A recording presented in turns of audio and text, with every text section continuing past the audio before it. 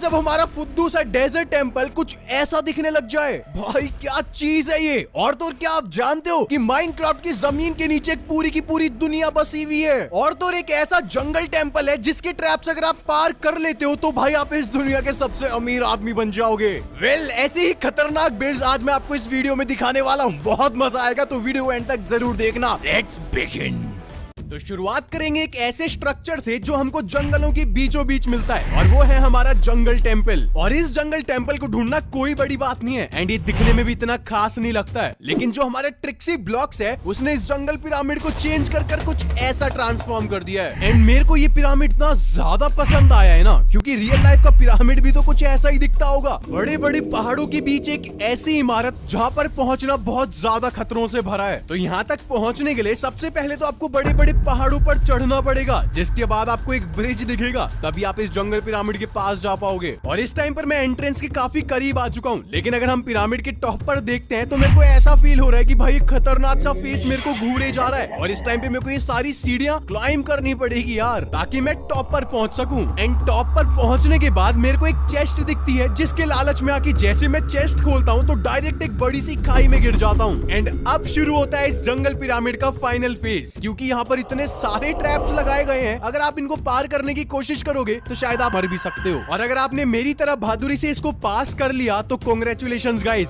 आपको इतना सारा ट्रेजर मिलेगा जिससे आप इस वर्ल्ड के सबसे अमीर आदमी बन सकते हो। माइनक्राफ्ट की मामूली केव्स में आप एक ना एक बारी तो जरूर गए होगे, जहाँ पर आपको ये चमगादड़ और कभी ना कभार ये मकड़ी देखने को मिल जाती है। और यार ये केव्स ना बहुत ज्यादा बोरिंग होती है, यहाँ पर करने के लिए है ही क्या। जरा ये देखो, ऊपर से आपको देखने पर ऐसा लगेगा कि भाई जमीन के बीच में एक बहुत बड़ी सी दरार आ रखी है, लेकिन असल बात तो ये है कि जमीन के अंदर एक पूरी की पूरी नई सुंदर सी दुनिया बस रखी है। और अगर कोई भी पहली बार प्लेयर इसको देखेगा तो वो यकीन ही नहीं कर पाएगा कि भाई जमीन के अंदर एक ऐसी दुनिया भी हो सकती है। सबसे पहले तो आपको दीवार से लटकी बड़ी बड़ी लालटेन्स देखने को मिलेगी, जो इस बड़ी सी केव में रोशनी करती है। और इस केव के अंदर छोटी छोटी कॉलोनीज भी बसी हुई हैं। देखो जरा यार कितने प्यारे प्यारे घर हैं विलेजर्स के, और ये विलेजर्स के घर एक दूसरे से ब्रिजेस से कनेक्टेड हैं। एंड ये विलेजर्स इधर से उधर जाने के लिए इन प्यारी प्यारी सी बोट्स का यूज करते हैं पानी के अंदर। और इस केव को इतना बखूबी बनाया गया है, अगर आप ध्यान से देखोगे तो जरा ये देखो, एक बड़े से इंसान ने अपने कमर के ऊपर पूरी केव का भार उठा रखा है। और इस केव की मेन अट्रैक्शन बिल्कुल केव के एंड पे बना रखी है, जो है ये बड़ा सा कासल। और इसके अंदर ना बहुत सारा एरिया है भाई। लेकिन अब मैं आपको एक ऐसी चीज दिखाऊंगा जिससे आपके होश उड़ जाएंगे। जरा ये देखो भाई, एक उड़ता हुआ ड्रैगन एक सांप से फाइट कर रहा है, और इस ड्रैगन के मुंह से खतरनाक सी आग भी निकल रही है। एंड अब मेरे को नीचे कमेंट्स में बताओ कि भाई ड्रैगन जीतेगा या सांप जीतेगा, क्योंकि पीछे से और भी काफी सारे सांप आ रहे हैं पानी के अंदर से। इजिप्ट के राजा बड़े बड़े पिरामिड्स में रहा करते थे, लेकिन जो माइनक्राफ्ट का डेजर्ट पिरामिड है भाई, इसमें राजा क्या एक नॉर्मल प्लेयर भी नहीं रहना चाहेगा। लेकिन अगर आप इस तपती धूप में इन बड़ी बड़ी लावा की नदियों को पार कर डेजर्ट के बीच में आओगे तो आपको एक ऐसा पिरामिड देखने को मिलेगा जिसको देखकर आपके होश उड़ जाएंगे। सबसे पहले तो ये हमारे नॉर्मल पिरामिड से बहुत ज्यादा बड़ा है भाई, मैं इसके सामने एक छोटी सी चींटी लग रहा हूँ। एंड अगर हम पिरामिड के बाहर देखें तो यहाँ पर एक बड़ा प्यारा सा स्टैचू बना रखा है, और जिनको नहीं पता इनका नाम एन्यूबस है और ये इजिप्ट के गॉड हैं। एंड पिरामिड के अंदर जाने से पहले मैं आपको इसकी एंट्री दिखाता हूँ। भाई दोनों साइड सेम स्टैचूज बना रखे हैं जो हमारे इजिप्ट गॉड हैं, और भाई पिरामिड के बिल्कुल बीच एक बड़ी सी आई बनी हुई है। एंड जरा देखो भाई, इस बड़ी सी आई के सामने मैं कितना ज्यादा छोटा सा लग रहा हूँ। तो चलो अब फाइनली चलते हैं हम पिरामिड के अंदर। और जैसे मैं एंट्री करता हूँ तो साइड में देखो मेरी कितनी बड़ी बड़ी मिसालें हैं, और जमीन पर कितनी बढ़िया टाइल्स लगा रखी हैं। भाई कसम से बोल रहा हूँ, हमारे माइनक्राफ्ट का पिरामिड इसके सामने कुछ भी नहीं है। और जरा ये देखो, ये है हमारी मम्मी का कॉफिन, जिसके अंदर हमारी मम्मी को रखा जाता है। वेल गाइस, मैं इससे ज्यादा छेड़छाड़ नहीं करने वाला, कभी मम्मी बाहर निकल के मेरे पीछे पड़ गई तो। और फाइनली अगर हम बाहर आकर पिरामिड को थोड़ा दूर से देखें तो आपको पता लगेगा कि इनकी वॉल्स के ऊपर कोई अलग सी आर्ट बना रखी है। एंड इनका क्या मतलब है मेरे को बिल्कुल भी नहीं पता।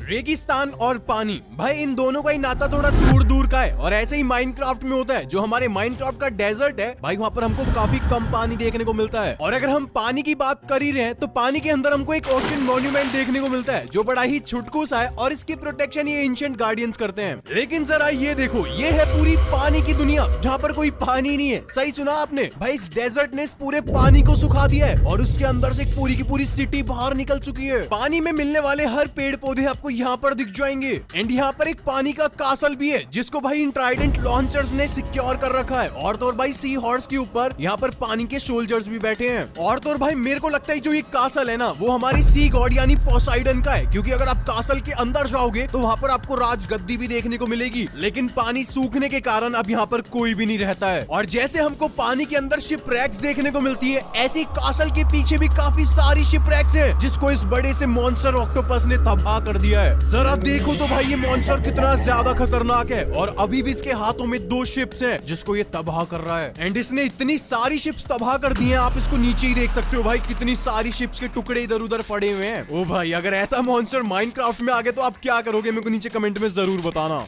माइनक्राफ्ट का नेदर पोर्टल बनाना बड़ा ही आसान है, बस कुछ ऑब्सीडियन लगाओ और फ्लिंट की मदद से आपका पोर्टल रेडी हो जाता है। और एक सेकंड यार, ये पोर्टल कैसे हो सकता है, मेरे को तो पॉटी लग रहा है। लेकिन मैं आपको दिखाने वाला हूँ एक ऐसा पोर्टल जिससे आपका सर चकरा जाएगा। जरा ये देखो भाई, पहाड़ के ऊपर इतना बड़ा पोर्टल बना रखा है। एंड ऐसा लग रहा है कि भाई पहाड़ के ऊपर किसी लाल कीड़े ने कब्जा कर लिया है। एंड इस पोर्टल तक पहुंचने के लिए सबसे पहले आपको एक ब्रिज को पार करना पड़ेगा जिसके दोनों ही साइड बहुत लावा भरा पड़ा है। और अगर आप गलती से ब्रिज से गिर गए तो भाई आपका वही नमस्ते हो जाएगा। एंड जरा देखो भाई, ये पोर्टल मेरे से कितना ज्यादा बड़ा है। इसको बोलते हैं पोर्टल, ना कि इस माइनक्राफ्ट के नॉर्मल से पोटी मतलब पोर्टल को। और हमारा एंड पोर्टल भी कुछ दिखने में ज्यादा खास नहीं है। पहले हमको स्ट्रॉन्ग होल्ड ढूंढना पड़ता है जमीन के नीचे, फिर जाकर हमको ये एंड पोर्टल मिलता है। तो आपको ऐसी जमीन के नीचे एक बहुत बड़ी दुनिया देखने को मिलेगी जो बिल्कुल नर्क से कम नहीं है, दिखने में काफी ज्यादा खतरनाक और डरावनी। एंड आप सोच रहे हो कि भाई पोर्टल कहाँ पर है, बस एक सेकंड में दिखाता हूँ। तो इसके लिए सबसे पहले आपको एक ब्रिज को पार कर एक कासल के पास आ जाना होगा। और आसमान में देखो भाई ड्रैगन के स्टैचू बने हुए हैं। एंड मैं यहाँ पर कासल के पास आ चुका हूँ, बस मेरे को थोड़ी सी सीढ़ियाँ चढ़नी है। और जैसे ही मैं गेट खोलूंगा सामने कुछ भी नहीं दिखेगा, मेरा मतलब ये प्रेशर प्लेट दिखेगी। और जैसे ही आप इसके ऊपर पैर रखोगे तो आप डायरेक्ट छत के ऊपर स्पॉन हो जाओगे। एंड ये लो, ये रहा हमारा एंड पोर्टल। एंड जरा आसपास देखो भाई, इस टाइम पर आप बहुत नीचे खाई के अंदर हो। अगर रियल में ऐसे एंड पोर्टल मिलता तो माइनक्राफ्ट और ज्यादा एडवेंचरस हो जाता।